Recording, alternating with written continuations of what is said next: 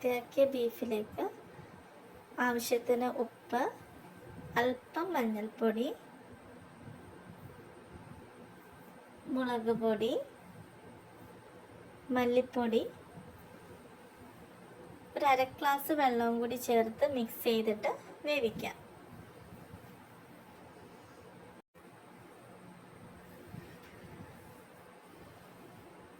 ഒരു പാനിൽ വെളിച്ചെണ്ണ ഒഴിച്ച് എണ്ണ ചൂടായിട്ട് വരുമ്പോൾ നമുക്ക് അരിഞ്ഞു വെച്ചിരിക്കുന്ന സവാള ചേർത്ത് കൊടുക്കാം.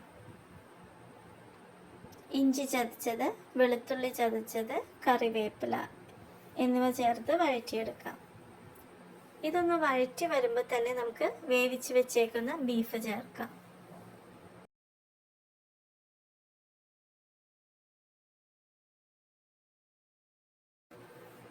ആവശ്യത്തിന് കുരുമുളക് പൊടി, എരിവിന് അത് ഓരോരുത്തരുടെ ഇഷ്ടത്തിന് ചേർക്കാം. അല്പം മസാലപ്പൊടി ചേർത്ത് വഴറ്റിയെടുക്കാം. Gravy full വറ്റിച്ചെടുക്കണം.